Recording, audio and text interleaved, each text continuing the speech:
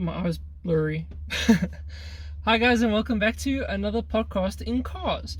In today's video, our topic is going to be, is Boost a trend?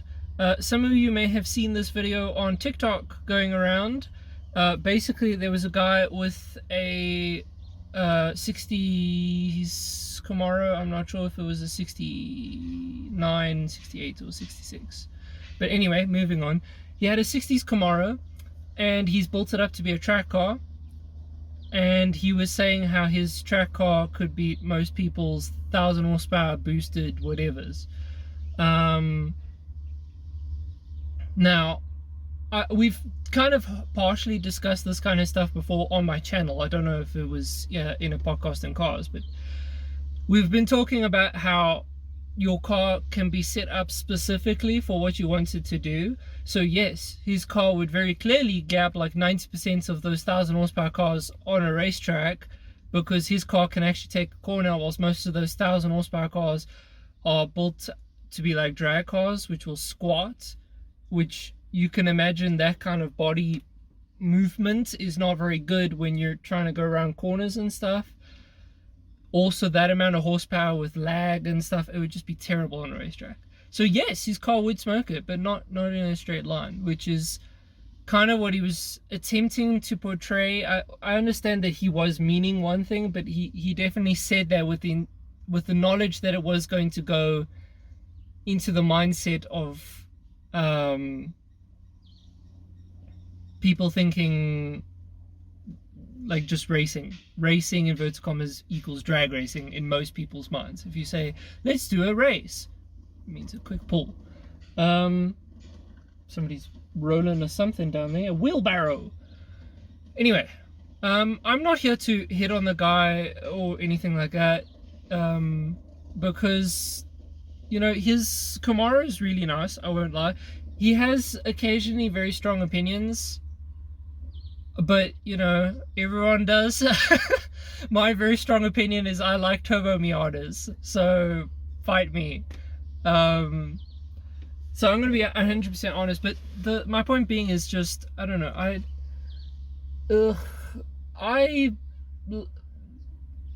like the idea of, you don't have to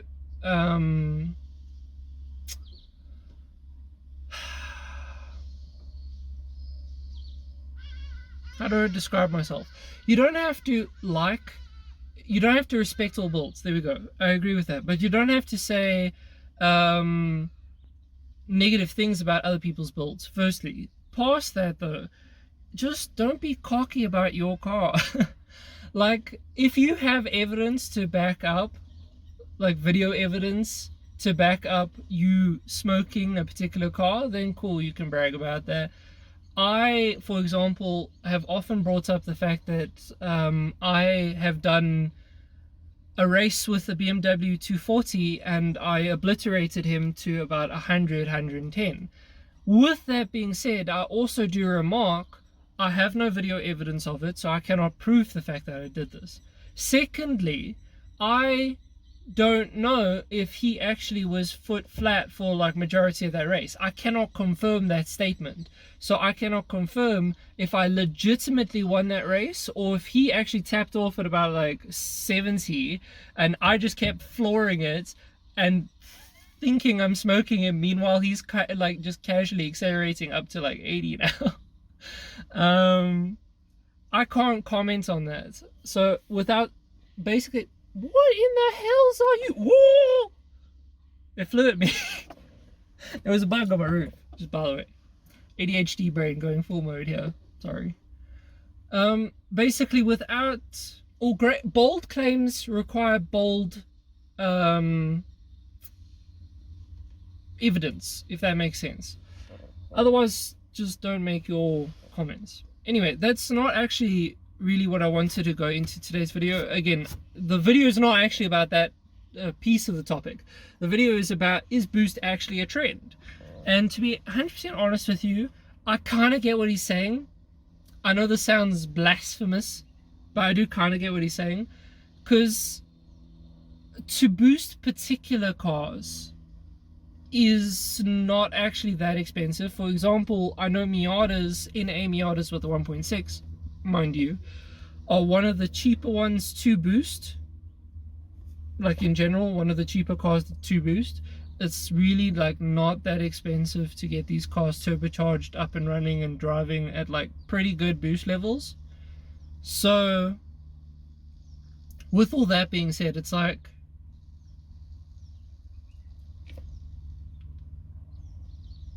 I don't know, it's a plus minus kind of situation of, yes, I think it is becoming a little bit of a trend. I also think it's become a bit of a trend through the 1000 horsepower Supras, through the 1000 horsepower GTRs, blah blah blah, or big turbo cars, because you know, all the 12-year-olds, we use this as an example, but yes, all the 12-year-olds like to jump onto it and be like, oh yeah, well, this car's got a single turbo, ergo it makes like a crap load of horsepower, and look at the size of the turbo, and blah blah blah blah blah blah blah blah.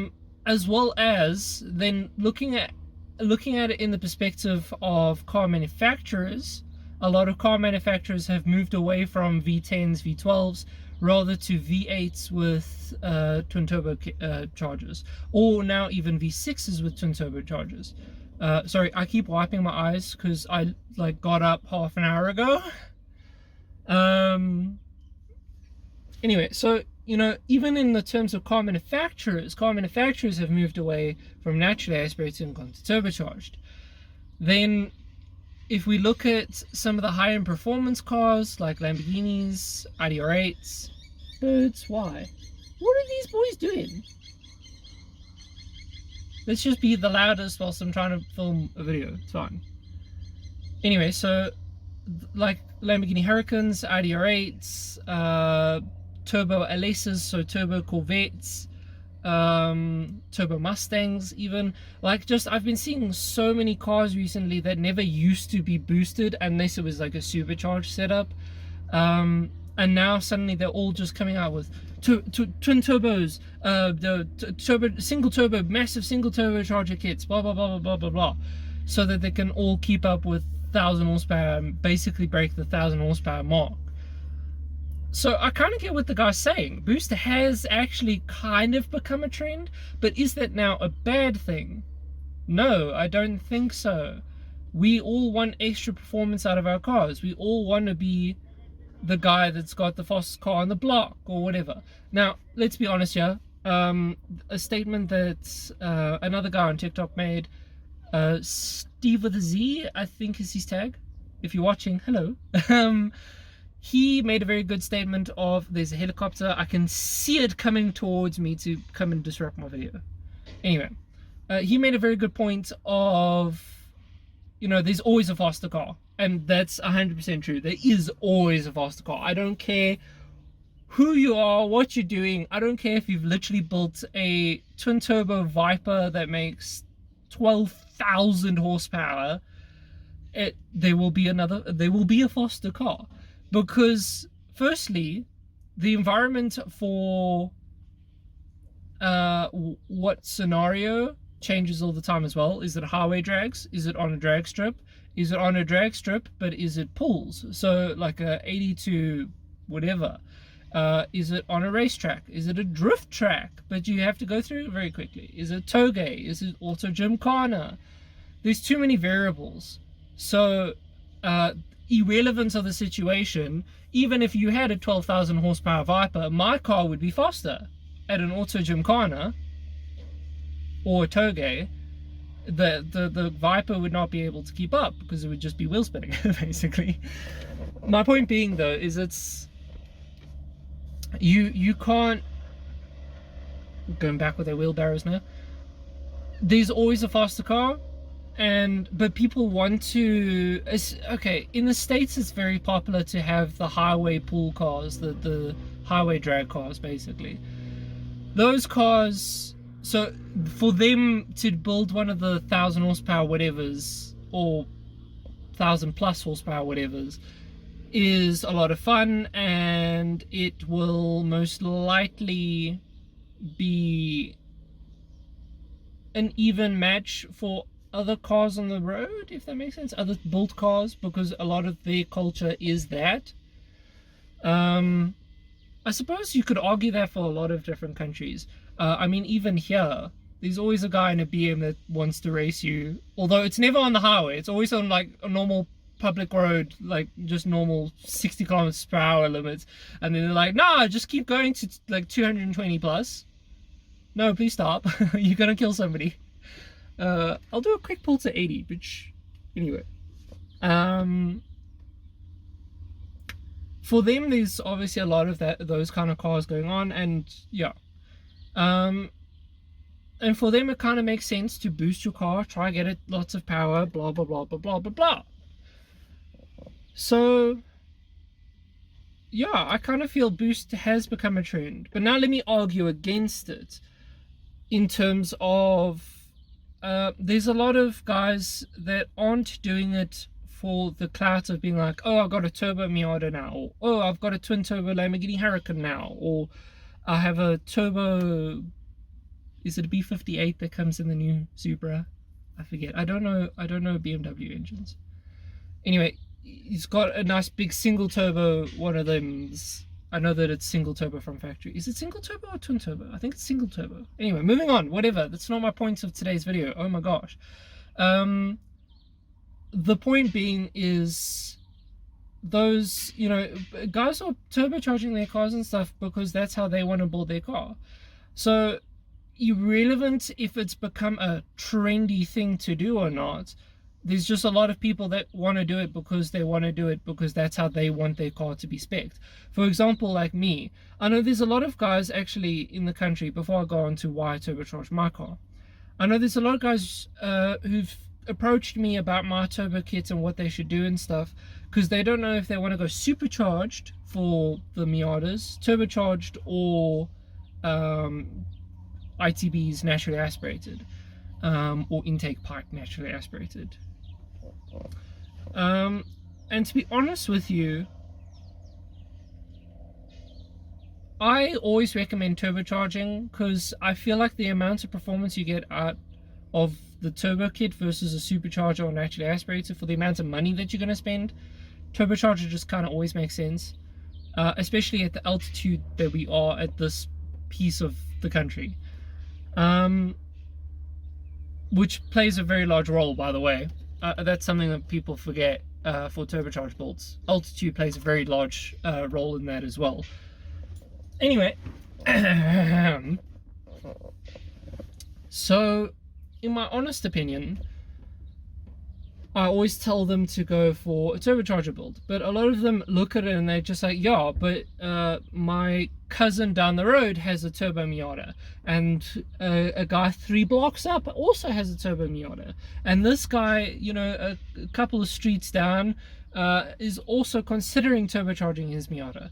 It has become, especially for like MX-5s, oh my gosh, but that's been for like a while now. There's just so many turbo MX-5s, or people that want to turbo the MX-5s, but there's a reason, and it's because it's good.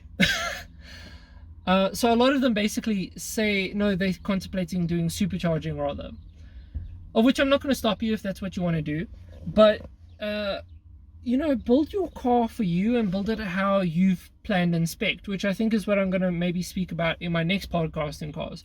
To spec your car for you, because a lot of people tend to spec their car for what's trendy. That's where I agree with the dude. Boost is trendy because lots of people boost their cars in the exact same setup for the exact same setup, even though it's not necessarily what they've built the car to do. For example, I've seen a lot of guys go for slightly larger turbochargers than me. I think I've got a, what did Callum say it was, like a T25, Garrett T25, I think it is. It's a tiny little turbo, baby little boy, minuscule little boy. But a lot of people go for like T28s, which aren't still bad. Those are actually, if you have to go buy a turbo off the shelf, you can't really get mine. So that turbo makes sense. But I've seen people go for like T35s and stuff. I think, I don't know, I'm still learning turbochargers and turbocharger sizing. So if I said that wrong, I do apologize dearly. My meaning is though, they get like pretty big turbos so that they can push big power, and I'm like, that makes no sense in a Miata. Anything more than about like 300 horsepower in a Miata really doesn't make sense, and even 300 horsepower to the wheels in a Miata really doesn't make sense, because you're basically just spinning, unless you're Greg Peters with his boosted Miata from the Car Passion channel, and you have a boost by gear setup so that when it's in first gear it's only making a limited amount of horsepower, but then you still have to fight lag within that. But I suppose in that kind of scenario you'd also be using anti-lag, two-step, blah blah blah, but there's still a scenario. Do you know what I mean? It's like you still can't escape it. But anyway, irrelevant. That's again going way too in depth on topics that weren't supposed to be discussed in this video. But my point being is, you should build your car for you, and I've noticed a lot of people tend to actually build their cars for clout, essentially, and for TikTok views. So they'll go for a bigger turbo because it will make more horsepower, technically speaking, even though the engine's not ready to make that kind of horsepower. So then they have to limit the turbo, and then it's useless because they've wasted a whole bunch of RPM because they have to now spool up that bigger turbo because their engine's not capable of doing it yet. Moving on, before I get irritated.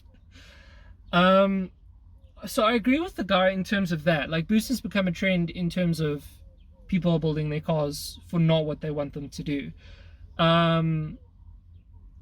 Unless, of course, again, we're speaking about the highway pool cars in the States. With that being said, though, I feel like a lot of the guys there are just doing that because that's the easiest route to do. A lot of those Coyote engines, JZs, and blah blah blah blah blah, you can twin turbocharge them and then they make 1,000 horsepower, whatever, and it's easy to then go just make the car built for that. They're taking the easy route out, is basically what I'm trying to say. Whilst if you were to rather actually kind of sit down and go take your car to a couple of drift days, go take your car to a couple of autocross days, to a couple of track days, blah blah blah blah blah blah blah, then you can kind of sit there and think, oh, actually this is more for me, so let me build a car that requires this amount of horsepower that will be good enough for this. That's what I did. I went and I tried to go fiddle drifting. Okay, to be honest with you, I always knew that I wanted to turbocharge my car. Stock horsepower in a Miata is kind of useless to do anything. But within that, I didn't know necessarily how big a turbo I wanted to go, if I wanted to forge it, so I knew how much horsepower I could run, blah blah blah blah blah blah blah blah. And that's kind of my point. I was like, I did a lot of things, and to be honest with you, I really fell in love with doing autocross. I think I'd probably enjoy circuit racing as well, but locally circuit racing is quite expensive, and then you also have to go on track with other people at the same time, so it's proper circuit racing, and that intimidates me because I'm very nervous of crashing my car. Whilst autocross, you go on one at a time, so there's no chance of me crashing into somebody else's car. My point being is, I spec'd my car with the turbocharger for the reason I did. I didn't do it to be trendy or whatever. Admittedly, it kind of does help because Miatas are turbocharged all the time, so it's a very popular thing to do, so it does get views, don't get me wrong. So in that case, yes, it is trendy to do. But I didn't do it because of that reason. I did it because I wanted a car that was built for a specific purpose, which I have now met via turbocharging. And I think a lot of people need to start looking into the situation the same as that. Don't do that for views, do it because that's what you want the car to be built as. For example, I actually helped a guy. He's got an NB with the 1.8 in variable valve timing. Miata, obviously. Sorry, I should explain. And he recently approached me and he was asking my turbocharger build, how I've experienced it, how much did it cost, so on and so forth, so on and so forth. And I was stating to him, you know, for what I wanted, which was essentially an autocross build, as well as a daily driver, and then maybe a little bit of like playing around on the streets and stuff. But basically I wanted a toge build. That's actually kind of what I built my car for. Which Autocross Gymkhana overlaps quite a lot within that. And I said to him, listen, this is how I've built my car, but I need you to tell me how you built yours so that I can basically recommend how you want to build your car. Now for NBs, I was going to say that it's not very trendy to turbocharge them, but to be honest, it's not trendy in this country. It is trendy overseas though. Anyway, but I had to like help him spec out his car for how he wanted. And he actually came for a ride with me in my car so I could demonstrate my car to him in its exact setup. And I stated specifically, my car is set up for this particular kind of scenario. So yeah, in conclusion, is boost a trend?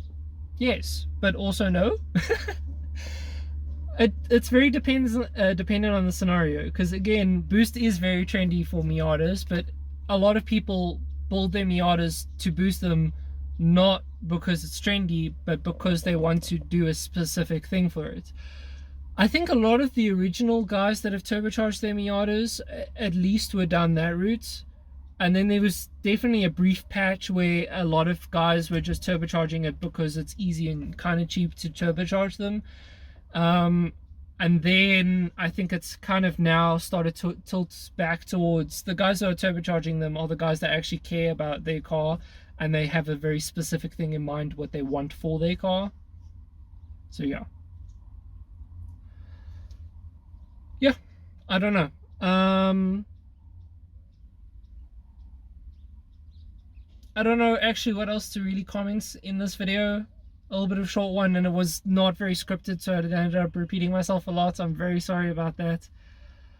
But yeah, I don't think boost is a trend. I think it's portrayed as a trend, if I can put it that way. Because yes, there are a couple of people who are doing it because it's trendy and they'll get views out of it for TikTok and YouTube. But there's a majority of the guys who are doing it because they want their car to be more powerful. Simple as that. They want their car to be more powerful, so it's better at highway drags or auto gymkhana or drifting or blah blah blah blah blah blah blah. Story continues. So you could argue that also rebuilding your engine is trendy, because Subaru owners have to do it every now and then as well. No hate on the Subaru owners, sorry, I just thought that would be funny. My point is, no, I get what the guy means, and yes, but no. Anyway, before I say that sentence basically another 1,000 times, let me end today's video. So thank you guys very much for watching. Please like and subscribe if you did enjoy today's video. I know today was all over the place and I'm not concentrating whatsoever. But anyway, moving on. I hope you guys enjoyed, and I'll see you in the next episode. Until then, guys, cheers.